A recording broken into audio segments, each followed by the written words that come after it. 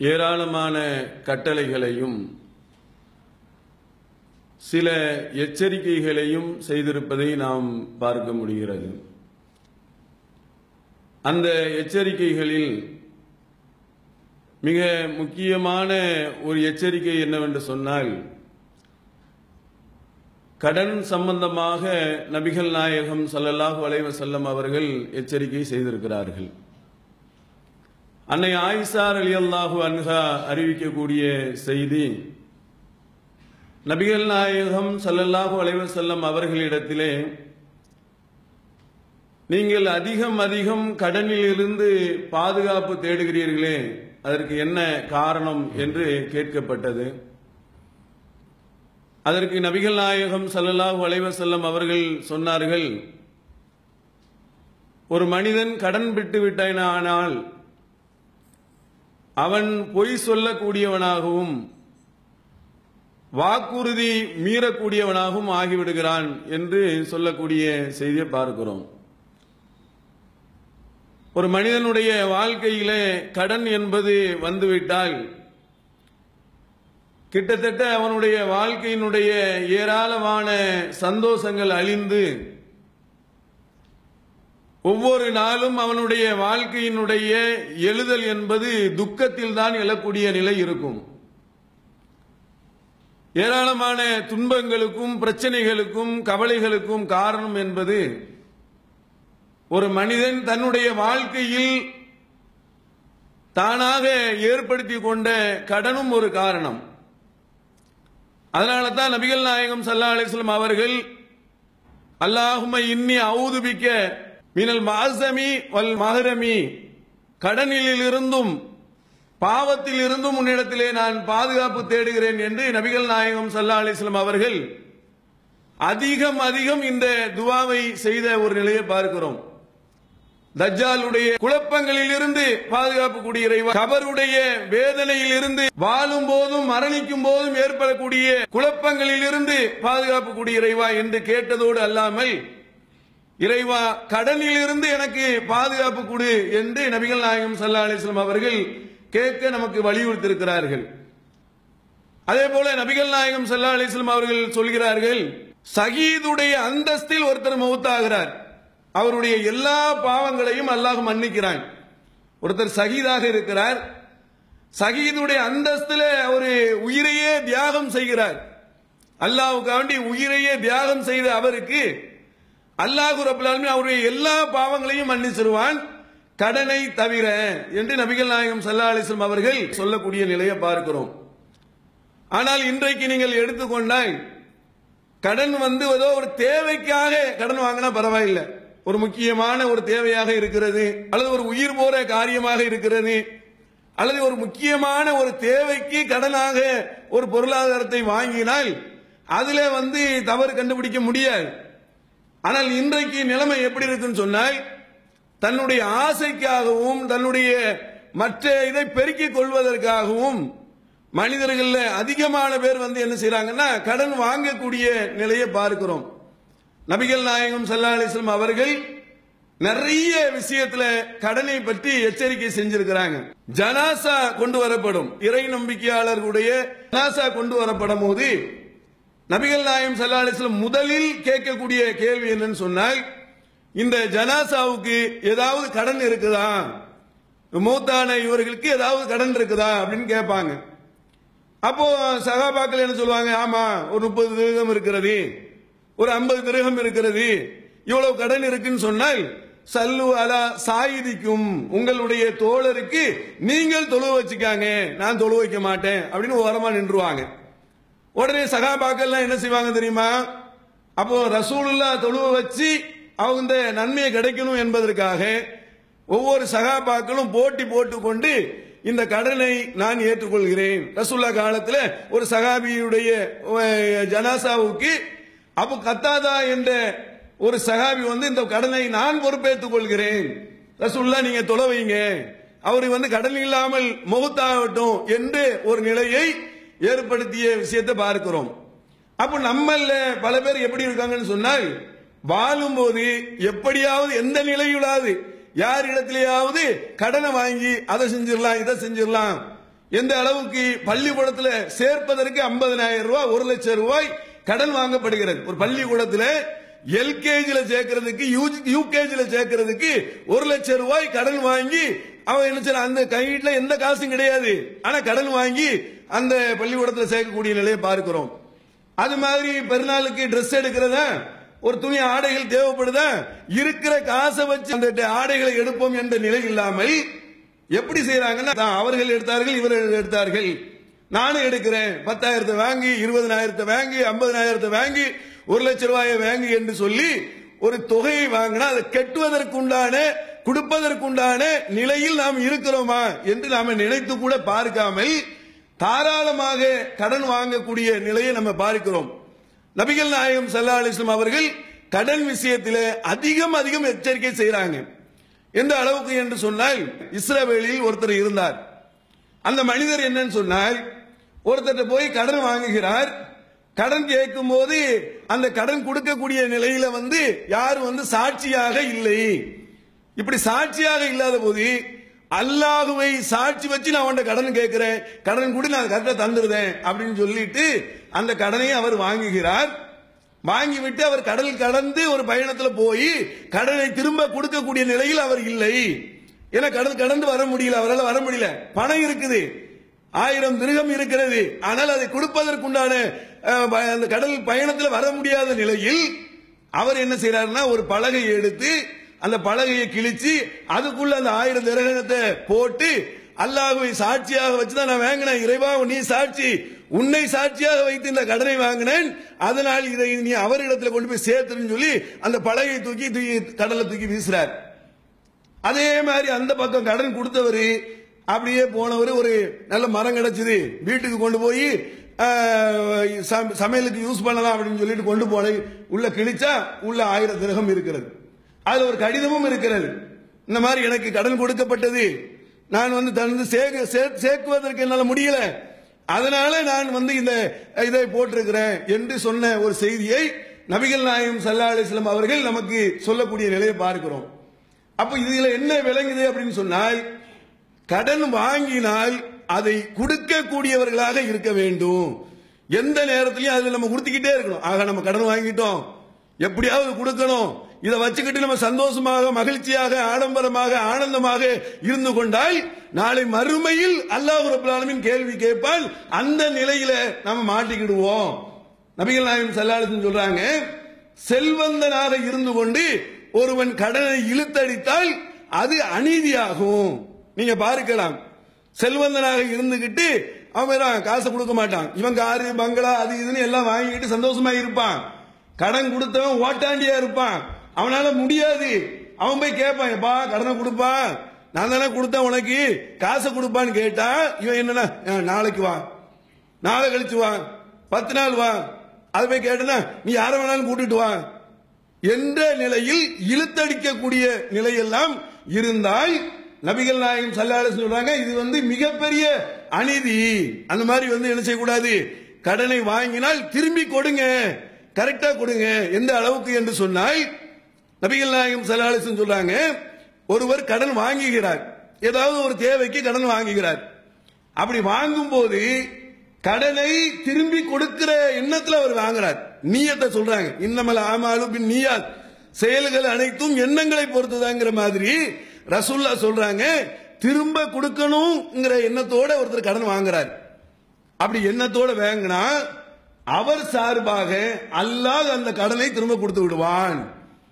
நிறைய பேருடைய நியத்தை அப்படி கிடையாது, வாங்கி இவனை ஓட விட்டுறணும், 1 லட்சம் ரூபாய் வாங்கிட்டு இவன் அலையணும், நாயா அலையணும் அப்படிங்கறத இவனுடைய நியத்தை, எண்ணமே இவனுடைய எண்ணமே. எப்படின்னு சொன்னா கடனை திரும்ப கொடுக்க கூடாதுங்கிறத இவனுடைய எண்ணம். ஆனா ரசூல்லா சொல்றாங்க, நியத்து இப்படி வை, கொடுக்கணுங்கிற எண்ணத்தை வை. யார் கொடுக்க கூடாது என்று நியத்து வைக்கிறார்களோ அல்லாஹ் அவனை அப்படியே ஆக்கிடுவான் என்று சொல்லக்கூடிய நிலையை நம்ம பார்க்கிறோம். கடன் ஒருத்தர் வாங்குறதாக இருந்தால் எல்லா விஷயத்திலையும் கவனமா இருக்கணும், சாதாரணமா வாங்கக்கூடாது. ஏன்னா கடன் பட்டவர்களை நம்முடைய வாழ்க்கையினுடைய மொத்த அம்சத்தையும், எவ்வளவு அற்புதமான அழகான எவ்வளவோ செல்வங்களை அல்லாஹ் நமக்கு கொடுத்து அனுபவிக்கிற மாதிரி வைத்திருக்கக்கூடிய இந்த வாழ்க்கையை ஒரு 50,000 ரூபாய்க்கு ஒரு லட்சம் ரூபாய்க்கு, ஒரு 2 லட்சம் ரூபாய்க்கு, ஒரு 3 லட்சம் ரூபாய்க்கு கொண்டு போய் அடகு வைக்கிறதா? சந்தோஷத்தை இழக்கிறதா? நிம்மதியை தொலைக்கிறதா? குடும்ப வாழ்க்கையினுடைய அமைப்பை சீரழிக்கிறதா? டோட்டல் எல்லாம் டேமேஜ் ஆயிரும். கடன் வாங்கிட்டான்னு வைங்க, எல்லாம் அவனுடைய சந்தோஷம், மகிழ்ச்சி, ஆனந்தம், அவனுடைய பிள்ளைகளுடைய சந்தோஷம், அவன் குடும்பத்தினுடைய மகிழ்ச்சி எல்லாமே பால்படக்கூடிய நிலையில் இந்த கடன் வாங்கினால் ஆகிருங்கிறதுனால தான் நபிகள் நாயகம் ஸல்லல்லாஹு அலைஹி வஸல்லம் அவர்கள் கடன் விஷயத்தில் அதிகமாக எச்சரிக்கை செய்த நிலையை பார்க்கிறோம். எந்த அளவுக்கு நபிகள் நாயகம் ஸல்லல்லாஹு அலைஹி வஸல்லம் அவர்களிடத்தில் ஒரு மலை அளவுக்கு உண்டான அளவுக்கு செல்வங்கள் கொடுக்கப்பட்டாலும் அவர்கள் அதை தான தர்மங்களாக வாரி இழைத்து விடுவார்கள். கடனுக்காக ஒதுக்கி வைக்கக்கூடிய செல்வத்தை தவிர யார்யாச்சும் கடன் வாங்கி இருந்தா அதுக்காண்டி ஒதுக்கி வைப்பாங்க. முதல்ல அதுக்கு முக்கியத்துவம் கொடுப்பாங்க. இதுக்கு முக்கியத்துவமே கொடுக்கிறது கிடையாது. கடன் வாங்கினா என்னென்ன முக்கியத்துவம் கொடுக்கணுமா இல்லையா? நபிகள் நாயகம் ஸல்லல்லாஹு அலைஹி வஸல்லம் அவர்களுடைய காலத்தில் ரசூலுல்லாஹ் சமுதாயத்திற்காக ஒரு கடன் வாங்கி இருக்கிறாங்க. வாங்கினா அவர் என்ன செய்யறாருன்னா, கடன் கொடுத்தவர் கடுமையான முறையில் ரசூலுல்லாஹ்வை கடுமையான வார்த்தைகளால் வர்ணிக்கிறார், திட்டுறார். அப்ப சகாபாக்களுக்கு பயங்கரமான கோபம் வருது. கோபம் வந்த உடனே வாளை எடுத்து போட்டுருவோம், எங்க ரசூலை இப்படி நீ பேசுறியான்னு சொல்லி அவ்வளவு கோபத்தில் இருக்கும்போது நபிகள் நாயகம் ஸல்லல்லாஹு அலைஹி வஸல்லம் சொன்னாங்க, அழகான அற்புதமான ஒரு வார்த்தையை சொன்னாங்க, கடன் கொடுத்தவருக்கு வாங்கும் உரிமையும் இருக்கிறது. கடன் உனக்கு கொடுத்தான்னா சும்மா கொடுக்கல, கொடுத்தவனுக்கு வாங்கும் உரிமையும் இருக்கிறது. அதனால கொடுங்க, அதுக்குண்டான முயற்சிகளை செய்யுங்க. உடனே ஒரு ஒட்டகம் கொண்டு வரப்படுகிறது. அது வாங்கினது ஒரு ஒட்டகம் தான். அதோட பெரிய ஒட்டகமாக இருக்கும்போது ரசூலுல்லாஹ் சொல்றாங்க, கொடுங்க, ஒன்றும் பிரச்சனை இல்லை. உங்களில் அழகிய முறையில் கடனை திரும்பி கொடுப்பவரே உங்களில் சிறந்தவர்கள். அழகான முறையில் கொடுங்க, கொஞ்சம் அதிகமா கொடுத்தா தப்பு இல்லை, வட்டி இல்லை. அது நீனா விரும்பி கொடுத்தா தப்பு இல்லை, அவன்கிட்ட போய் வாங்கிட்டே கேட்டாதான் வட்டி. அப்போ நீங்க அழகிய முறையில், இவன் 1 லட்சம் ரூபாய் வாங்கியிருப்பான், 1 லட்சம் ரூபாய் வாங்கிட்டு 1 லட்சம் ரூபாயை சரியா கொடுத்தவர்கள் எத்தனை பேரு? 1 லட்சம் ரூபாய் வாங்குறதுக்கு முன்னாடி நகமும் சதவியுமா இருந்திருப்பாங்க, மாமனும் மச்சனுமா இருந்திருப்பாங்க, அண்ணனும் தம்பியுமா இருந்திருப்பாங்க, நண்பர்களா இருந்திருப்பாங்க. ஒரு ஆள் இடத்துல பகைமை ஏற்படணும், அவனுக்கு கடன் கொடுத்து பாருங்க, அழகா பகைமை ஏற்பட்டுரும். அப்படி இருக்கக்கூடாது. அப்படியே ஒரு பணத்தை வசூல் பண்ணி முடிப்பதற்கு முன்னால் பெரிய அளவுல பகைமை ஏற்படக்கூடிய நிலையெல்லாம் பார்க்கிறோம். எந்த அளவுக்கு குர்ஆன் நமக்கு சொல்லக்கூடியது என்னன்னு சொன்னால், ஒருவர் சொத்தை விட்டுட்டு போயிட்டார், மௌத்தாயிட்டாருன்னு சொன்னா, மௌத்தான பிறகு முதல்ல வீட்டில் உடைய அந்த இடங்கள் நிலங்கள் எல்லாம் நீ பங்கு வைக்கிறதாக இருந்தா நீ எதை முதல்ல பங்கு வை? பங்கு எடுத்து கடனுக்கு வை. அதுக்கு பிறகு அவர் யாருக்காவது வாக்குறுதி கொடுத்திருந்தால் அதுக்கு நீ வை. அதற்கு பிறகு உன் குடும்பத்தாருக்கு பங்கு வை. இன்னைக்கு அது மாதிரி பேணப்படுகிறதா? 5 லட்சம் ரூபாய் 5 கோடி ரூபாய் ஒருத்தர் விட்டுட்டு அவரை மரணிச்சிட்டார். இவன் ஆளுக்கு 10 லட்சம் ரூபாய் என்ன செஞ்சிருவான்? பிரிச்சிருவான். தகப்பனார் 2 லட்சம் ரூபாய் தான் கடனை விட்டுட்டு போயிருப்பாரு. தகப்பனார் 2 லட்சம் ரூபாய் விட்டுட்டு போன அந்த கடனை கொடுக்கறதுக்கு நான் கொடுக்க மாட்டேன், நீ கொடுக்க மாட்டேன், நீ கொடுக்க மாட்டேன், நான் கொடுக்க மாட்டேன், நான் எங்க அப்பா வச்சு பார்த்தோம்ல, எங்க அப்பா வச்சு பார்த்தோம்ல, அதனால நீ குடும்பம். அவன் என்ன சொல்லுவான்? நான் ஒரு நாள் அவர் மருத்துவமனை வேலைக்கு கூட்டு போனோம்ல, அதனால நீ குடும்பம். இருக்கா இல்லையா? லாஸ்ட்ல கடங்காரம் பார்த்துட்டு பாய் பைகளா, அந்த மனுஷன் நல்ல மனுஷன், ஒரு 2 லட்சம் ரூபாய் அவருக்கு கொடுத்தேன், நானே அதை லெஸ் பண்றேன் அப்படிங்கிற அளவுக்கு பெற்ற மகன்கள் தகப்பனார் வைத்து அவர் சம்பாதிச்சுட்டு போன கடனை கூட கொடுக்காத ஒரு நிலையை பார்க்கிறோம். குர்ஆன் என்ன சொல்லுதுன்னா, கடனுக்காக வேண்டி ஒதுக்கி வை, முதல்ல அதை கூட அதுக்கு ஏற்பாடு பண்ணு என்று சொல்லக்கூடிய நிலையை பார்க்கிறோம். நபிகள் நாயகம் ஸல்லல்லாஹு அலைஹி வஸல்லம் அவர்கள் கடன் வாங்குறதுல ரொம்ப எச்சரிக்கையா இருக்க சொல்லியிருக்கிறாங்க. ரொம்ப எச்சரிக்கையா இருங்க, சர்வ சாதாரணமா என்ன செஞ்சிடாதீங்க, எல்லா விஷயத்துக்கும் போய் கடனை கையை நீட்டிக்கிட்டு இருக்காதீங்க. அல்லாஹ் சில பேருக்கு சில சோதனை கொடுப்பான். வல நபுலுவன்னக்கும் பிஸையின் மினல் கௌஃபி வல் ஜூஹி வ நகஸி வ அம்வால் வ அன்ஃபுஸிக தமராத் வ பஸ்ஸிரு சாபிரீன். ஓரளவு அச்சத்தாலும் பசியாலும் செல்வங்கள் உயிர்கள் மற்றும் பலன்களை சேதப்படுத்தியும் உங்களை நாம் சோதிப்போம், சோதிச்சு பார்ப்பேன். சோதனையில போய் நீ விழுந்துடாத, அதுக்காக கையை நீட்டுறாத, அதுக்காக போய் கடனை உடனே வாங்கிறாத, கொஞ்சம் நின்று பாரு என்கிற மாதிரி சோதனையை நான் கொடுப்பேன் எல்லாரும் சொல்றான். நம்ம என்ன செய்யறோம்னா, ஒரு சின்ன சோதனை கொடுக்கும்போது கடனை உடனே வாங்கி வாழ்க்கையை இழக்கக்கூடிய நிலையை பார்க்கிறோம். நபிகள் நாயகம் ஸல்லல்லாஹு அலைஹி வஸல்லம் அந்த கடன் வாங்கினவர்களுக்கு அது ஒரு போதனை சொல்றாங்க.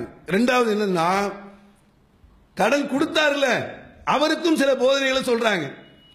எந்த அளவுக்குன்னு சொன்னால், செல்வந்தராக இருக்கிறார், அவர் மீது ஒரு கடன் சாட்டப்பட்டால், ஒரு ஜமாத் இருக்குது, அந்த ஜமாத்துல ஒருத்தர் கடன் பட்டு பாரு, நான் கடன் பட்டுட்டேன் அப்படின்னு சொல்றாரு. அதுல ஒரு செல்வந்தர் நிக்கிறார், எப்பா நீ இந்த பொறுப்பை எதுக்காகப்பா அப்படின்னு சொன்னால் அதை அவர் ஏற்றுக்கொள்ளட்டும்.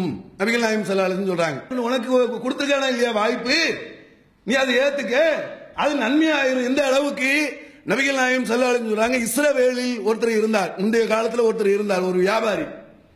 அந்த வியாபாரி என்னன்னு சொன்னா கடன் கொடுப்பார், கொடுத்து போட்டு செல்வந்தராக இருந்தா தவணை கொடுத்து வாங்குவார். ஏழையாக இருந்தா உன்னால முடியல, கொடுக்க முடியாத ஒரு சூழ்நிலையாக இருந்தால் தள்ளுபடி செய்து விடுவார் அவரு. அப்ப அவரிடத்துல கேட்கும் போது, அல்லாஹ் என்னுடைய குற்றங்களை, என்னுடைய பாவங்களை தள்ளுபடி செய்ய வேண்டும் என்று அவர் விரும்பினார், அல்லாஹ் அவருடைய பாவங்களை மன்னித்தான் என்று சொல்லக்கூடிய நிலையை பார்க்கிறோம். அப்போ நம்ம கடன் ஒருத்தருக்கு கொடுத்தோம்னு சொன்னா தெரியுது, ஆகா பாவம் ரொம்ப கஷ்டப்படுறாரு, இயலாம இருக்கிறாரு, அப்படிப்பட்ட நிலையில இருக்கிறான்னு சொன்னா சரி நம்ம இதை தள்ளுபடி பண்ணுவோம். தள்ளுபடி பண்ணினா அல்லாஹ் நம்முடைய பாவங்களை அவன் தள்ளுபடி செய்வான். நிறைய பேர் எப்படி நினைச்சுக்கிட்டு இருப்பாங்கன்னா, தள்ளுபடி பண்ணுவான், இவனுக்கா போய் தள்ளுபடி பண்ணணும், இவனுக்கா போய் குறைக்கணும், இவனுக்கா போய் இது பண்ணணும் என்ற ஒரு எண்ணம் வரும். ஏன்னா கொடுக்கல் வாங்கல பல பிரச்சனைகள் வருமா இல்லையா? அதனால தள்ளுபடி எண்ணங்கள் என்பது வருவது என்பது ரொம்ப ரொம்ப கடினம். ஆனா அல்லாஹ்வுக்காண்டி தள்ளுபடி செய்தால் அல்லாஹ்வுடைய பார்வையில் நம்மளும் ஒரு கடனாளி தானே, ஏராளமான பாவங்களை சுமந்திருக்கக்கூடிய ஒரு கடனாளி தான். அல்லாஹ் நினைச்சா தான் தள்ளுபடி பண்ண முடியும். நம்முடைய பாவங்களை அல்லாஹ் நினைச்சா என்ன செய்ய முடியும்? அழிக்கக்கூடிய காரியத்தை அல்லாஹ் செய்வான்.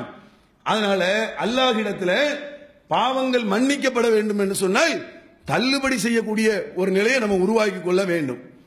அதே மாதிரி நபிகள் நாயகம் ஸல்லல்லாஹு அலைஹி வஸல்லம் அவங்களுடைய காலத்துல ஒரு சகாபி இன்னொரு சகாபிக்கு கடன் கொடுத்திருக்கிறாங்க. கொடுத்த உடனே அந்த சகாபி ரெண்டு பேருக்கு மத்தியில கடுமையான வாக்குவாதம் ஏற்படுது. வாக்குவாதத்துல குரல் உயர்கிறது பயங்கரமா. கடன் கொடுத்தா கேட்கும் போது பயங்கரமா இருக்கும். நீங்க பாத்தீங்கன்னா அந்த வட்டிக்கு வாங்கினவங்க எல்லாம் பாத்தீங்கன்னா மிகப்பெரிய அளவுல வட்டியில போய் உழுவுறானே அது மிகப்பெரிய பாவம். ஆனா வட்டியில போய் உழுவுறதுக்கு அஸ்திவாரம் எதுன்னு சொன்னா கடன் தான். எல்லாரும் எடுத்த உடனே போய் வட்டியில போய் வாங்கிட மாட்டான். வட்டி கொடுங்க, அதை கொடுங்க, இது கொடுங்கன்னு கேட்க மாட்டான். முதல்ல கடனை வாங்குவான். அந்த கடனை திரும்பி கொடுக்க முடியாத ஒரு நிலை ஏற்படும் போது, யாரும் தர முடியாத நிலை இருக்கும் போது நைசா போய் வட்டி கடையில போய் வட்டி வாங்கிடுவான். இதான் யதார்த்தம். நிறைய பேர் வீடு வாசல் எல்லாத்தையும் இழந்த கதைலாம் இருக்கிறது. அப்போ குரல் உயர்றத பார்த்தோன்னா ரசூலா பெரிய விலைக்கு பாக்குறாங்க, கடனாளி ரொம்ப கஷ்டப்படுறாரு. அப்போ காப் பின் மாலிக் தான் அந்த கடன் கொடுத்தவங்க, அவங்க தான் கேட்கிறாங்க, அவங்க தான் இதை அறிவிக்கிறாங்க. அப்ப ரசூலா காபே எப்படிங்கிறாங்க, பாதியை குறைங்க. உடனே அவங்க நினைச்சாங்க, அல்லாஹ்வுடைய தூதரே அதே மாதிரி நான் செய்யறேன், பாதியை குறைச்சி என்ன செய்யறேன் நான் விடுறேன் அப்படின்னு சொல்லி, அப்ப முடிஞ்சா தவணை கொடுங்க, பாதியாக குறைச்சி வாங்கிக்காங்க, அதுவும் முடிஞ்சா முழுசாக லெஸ் பண்ணுங்க என்று அந்த விலக்கலை எல்லாம் சொல்லக்கூடிய நிலையை நம்ம அந்த கடன் கொடுத்தவர்களுக்கு சொல்லக்கூடிய நிலையை பார்க்கும். உடனே மார்க்கத்தில் நல்ல அழகா சொல்லி இருக்குது, தள்ளுபடி பண்ண சொல்லி இருக்குது. அதனால நான் உங்க கடனை தரமாட்டேன்னு சொல்லக்கூடாது. யார் கடன் கொடுத்தாரோ அவர் நினைச்சு விரும்பி அவர் கொடுத்தால் அதை நம்ம ஏற்றுக்கொள்ளக்கூடிய நிலையில் இருக்கலாம் என்று மார்க்கம் நமக்கு கடன் விஷயமாக கடுமையான முறையில் எச்சரிக்கை செய்யக்கூடிய நிலையை பார்க்கிறோம். இஸ்லாத்தினுடைய ஆரம்ப காலகட்டத்தில் பெரிய அளவுல வளர்ச்சி இல்லை. பின்னாடி பாத்தீங்க, அதனாலதான் முதல்ல என்ன செஞ்சாங்க, உங்களுடைய தோழருக்கு நீங்க தொழுவ வச்சுக்காங்க, கடனை நீங்க கொடுக்கிற வரைக்கும் அப்படிங்கிற மாதிரிலாம் சொன்னாங்களா இல்லையா? வளர்ச்சி நல்ல அடைஞ்ச பிறகு ரசூல்லா என்ன செய்றாங்கன்னா, இறை நம்பிக்கையாளர்களுடைய குடும்பத்தாருக்கு என்னுடையதான் வாரிசு. என்ன வாரிசு? சொத்துக்களை விட்டு சென்றால் அவங்க குடும்பத்தார் வாரிசு, கடன்களை விட்டு சென்றால் என்னுடைய அரசாங்கம் வாரிசு, நான் கொடுக்கிறேன். ரசூலா எந்த அளவுக்கு அதை மாற்றாங்க பாருங்க அந்த சமுதாயத்தை. என்னுடைய அரசாங்கம் கடனை திரும்ப கொடுக்கும், நம்மளும் அதே மாதிரி செய்யணும். வருங்காலத்தில் அப்படி ஒரு அந்த அளவுக்கு நம்ம உருவாக்கல, பெரிய அளவில் செல்வத்தை ஏற்படுத்தல. ஜக்காத்துடைய பணங்கள்லாம் ரசூல்லா காலத்தில் குமிக்கப்பட்டது. நம்மளும் இப்ப ஜக்காத்து வசூல் பண்றோம், அப்ப அங்க உள்ள கடனாளிகளுக்கு கொடுக்கிறோம், மத்த தேவைகளை பூர்த்தி செய்கிறோம். அப்ப ஜக்காத்தினுடைய ஒரு வகையிலேயே கடன் நிக்குதுன்னா, உலகத்தில் எவ்வளவு பிரச்சனை இருக்கும்போது 7 பேருடைய வகையை ஏற்படுத்தி திக்கற்றவர்கள், இயலாதவர்கள், உள்ளங்கள் ஈர்க்கப்படவர்கள் இப்படிலாம் சொல்லிட்டு கடன்பட்டவர்களுக்கு நீங்க அதை நிவாரணம் செய்யுங்க, ஜக்காத்துல இருந்து ஒரு தொகையை கொடுங்க என்று சொன்னதனுடைய விளைவுதான் நபிகள் நாயகம் ஸல்லல்லாஹு அலைஹி வஸல்லம் அவர்கள் அந்த அரசாங்கத்தை மிகப்பெரிய அளவில் உருவாக்கி கடனை பூர்த்தி செய்வதற்குண்டான ஏற்பாடுகளை செஞ்சாங்க. அப்போ நம்ம வாழக்கூடிய காலத்துல இன்றைக்கு பாருங்க, ஒரு மௌத்து வீடு இருக்குது. மௌத்து வீட்டில் போனீங்கன்னா இதுல பெரும்பாலும் அசரத் தான் தொழு வைக்கிறார். அசரத்து கடனை பத்தி சொல்லுவாரா? சொல்ல கிடையாது. ஜனாசாவுக்கு கடன் இருக்குது, எங்க தகப்பனார் மகம் தொழு வச்சா சொல்லுவான், கரெக்டா சொல்லுவான், என் தகப்பனாருக்கு கடன் இருக்குது, நான் அதை கொடுக்கிறேன், யாராச்சும் இருந்தா என்கிட்ட வாங்கிக்காங்க, மன்னித்து விடுறதா மன்னித்து விடுங்க, அவர் ஏதாவது பாவம் செஞ்சிருந்தா மன்னிச்சு விடுங்க, உங்களுக்கு ஏதாவது நோய்வினைப்படுத்திருந்தா மன்னித்து விடுங்கன்னு சொல்லி பிள்ளை தான் அதுக்கு பொறுப்பாளர். நபி ஸல்லல்லாஹு அலைஹி வஸல்லம் அவங்கள்ட்ட ஒரு சகாபி பெண் கேட்கிறாங்க, ஹஜ் செய்யறதுக்கு எங்களுடைய பெற்றோர்கள் ஹஜ்ஜி கடமையான நிலையில் என்ன செஞ்சாங்க, மௌத்தாயிட்டாங்க, நான் அதை செய்யலாமா என்று கேட்கும்போது, ஆமா நீ செய், உங்க பெற்றோர் கடன்பட்ட நிலையில் மௌத்தாயிருந்தா நீ தான் அதை கொடுக்கணும், அதனால நீங்க செய்யுங்க என்று சொல்லக்கூடிய நிலையை பார்க்கிறோம்.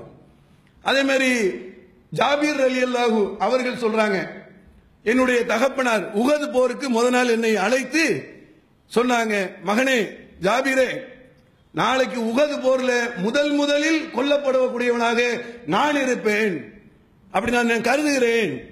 அப்படி இருந்தால் எனக்கு இந்த உலகத்திலேயே ரொம்ப பிரியமானவர்களாக நான் கருதுவது ரசூலுல்லாஹ்வுக்கு அடுத்து நான் உங்களை கருதுகிறேன். நீங்க என்ன செய்யுங்கன்னு சொன்னால், நான் வஃபாத்தாகிவிட்டால் எனக்கு சில கடன்கள் இருக்கிறது, அந்த கடனை நீங்க என்ன செய்யுங்க, முதல்ல முடிச்சிருங்க. உன்னுடைய சகோதரிகள் இருக்கிறாங்க, அவங்கள பராமரிங்க, முறையாக பராமரிங்கன்னு சொல்லி அவங்க வசியத்துக்கு சொன்ன செய்தியை பார்க்கிறோம். அப்போ சகாபாக்கள் கூட அவங்களுடைய எண்ணங்கள்லாம் எப்படி இருக்குன்னா, என்னெல்லாம் சொல்லலாம், வீடை பார்த்துக்க, வாசலை பார்த்துக்க, அதை பார்த்துக்க, இதை பார்த்துக்க, எவ்வளவு விஷயத்தை உபதேசம் பண்ணலாமா இல்லையா? நாளைக்கு நான் மௌத்தா, அதே மாதிரி மௌத்தாகிறாங்க போர்க்களத்துல, முதல் ஆளா அவங்க மௌத்தாகிறாங்க. அப்ப மௌத்தாகிறதுக்கு முன்னால முதல்ல அவங்க சொன்ன செய்தி என்னன்னு சொன்னால், கடனில் இருந்து எனக்கு என்ன காப்பாத்திரு, மகனா இருக்கக்கூடிய நீ தான் அதுக்கு உதவி செய்யணும் என்ற ஒரு செய்தியை சொன்னதை நம்ம பார்க்கிறோம். ஆனா இந்த விஷயத்துல கடன் வாங்குறதுல பார்த்தா தாறுமாற வாங்கப்படுகிறது. ஒழுங்கா ஒருத்தன் கடை வச்சுக்கிட்டு இருப்பான், அழகா வருமானம், மாசம் 10,000 ரூபாய் வருமானம் வந்துகிட்டு இருக்கும். ஒருத்தன் 4 பேரும் தூண்டி விடுவான், என்னங்க 10,000 ரூபாய் வருமானத்தை வச்சுக்கிட்டு என்னங்க நீங்க ஒரு கடையை விரிவுபடுத்த வேண்டாமா, கடனை உடனே வாங்கி ஒரு கடையை விரிவுபடுத்துக்கமா. உடனே இவனுக்கு மனசுல என்ன ஆகும், ஒரு கடனை உடனே வாங்கி ஏதாவது செஞ்சிடலாம் போல தருதுன்னு சொல்லி அங்க கடன் தான் கேட்டா உடனே தர்றதுக்கு ஆள் ரெடியா இருப்பாங்களே. கடனை உடனே வாங்கி கடையை விரிவுபடுத்தல, அங்க ஆடிக்கிட்டு இருக்கும். யாருக்குன்னே 10,000 ரூபாய் லாபத்துல போயிட்டு இருக்கும், பறக்கத்தா போயிட்டு இருக்கும். அதுல இருக்கிறத வச்சு அவன் முயற்சி பண்ணலாம், அதை வச்சு முயற்சி பண்ணாமல் இருக்கிறத விட்டுட்டு பறக்கிறதுக்கு ஆசைப்பட்டாங்கன்னு சொல்லுவாங்களே இல்லையா, அது மாதிரி கடனை உடனே வாங்கியாவது அதை செஞ்சிரு. இதை 4 பேர் தூண்டி விட்டுக்கிட்டே இருப்பான். நல்லா போயிட்டு இருக்கவன தூண்டி விடுறதுக்குன்னே சில பேர் இருப்பாங்களே இல்லையா, அது மாதிரி ஏதாவது ஒரு விஷயத்துல தூண்டி விடக்கூடிய நிலையும் அது இருக்கும். நம்ம அதில் போய் செஞ்சிடக்கூடாது, கடன் விஷயம் சாதாரணமா நினைச்சிடக்கூடாது. மௌத்தாகும் போது கடன் இல்லாமல் மௌத்தாகிறது தான் மிகப்பெரிய வெற்றி, சாதாரண விஷயம் கிடையாது. அதுதான் ரசூலுல்லாஹ் ஷஹீதுடைய விஷயத்தை எடுத்துட்டு காட்டுறாங்க பாருங்க. வாங்கும் போது அவர்களுக்கு மத்தியில வாங்கும் போது சந்தோஷமா வாங்கிடுவாங்க. வாங்கிக்கிட்டு வீட்டை இழந்தவன், சொத்தை இழந்தவன், நிலங்களை இழந்தவன், எல்லாத்தையும் இழந்து போனவர்கள் நிறைய பேர். காரணம் என்ன தெரியுமா, கடன் வாங்கும் போது என்ன செஞ்சிருவாங்கன்னா, கொடுங்க பாய், கொடுங்க. இவருக்கு ஏதாவது ஒரு பதட்டமான சூழ்நிலை இருக்கும், ஏதாவது தேவைகள் இருக்கும். அந்த தேவைக்காக இவர் செய்யக்கூடிய விஷயம் என்னன்னு சொன்னா, அந்த கடனை எந்த கடனை தந்தாலும் சரி உடனே வாங்கிட்டு கையெழுத்து போடுறேன்னு கையெழுத்து போட்டு கையெழுத்து கொடுத்துருவார். அப்படி செய்யக்கூடாதுன்னு குர்ஆன் சொல்லுது. நீங்கள் சிறிதோ பெரிதோ கொடுக்கல் வாங்கல் செஞ்சு கொண்டா, சின்னதா இருந்தாலும் சரி பெருசா இருந்தாலும் சரி எழுதி கொள்ளுங்கள், எழுதிக்காங்க. எழுதும் போது நீங்க என்ன செஞ்சுக்கிட்டாதீங்க, சோர்வு அடைஞ்சிடாதீங்க. நம்ம மாமா தானே, நம்ம மச்சான் தானே, நம்ம அண்ணன் தானே, நம்ம சொந்தக்காரர் தானே, நம்ம நண்பர் தானேன்னு சொல்லி எழுதாமல் இருந்துடாதீங்க. அப்படி எழுதாம இருந்தா என்ன ஆயிரும், நாளைக்கு கொடுக்கும்போது நீ யார் கொடுத்த, நீ எங்க கொடுத்த அப்படிங்கிற ஒரு சூழல் வந்துடும். அதுல இருந்து ரொம்ப கவனமா இருந்துக்காங்கன்னு சொல்லி குர்ஆன் இந்த கடன் விஷயத்துல அதிகம் எச்சரிக்கை செய்யக்கூடிய நிலையை பார்க்கிறோம்.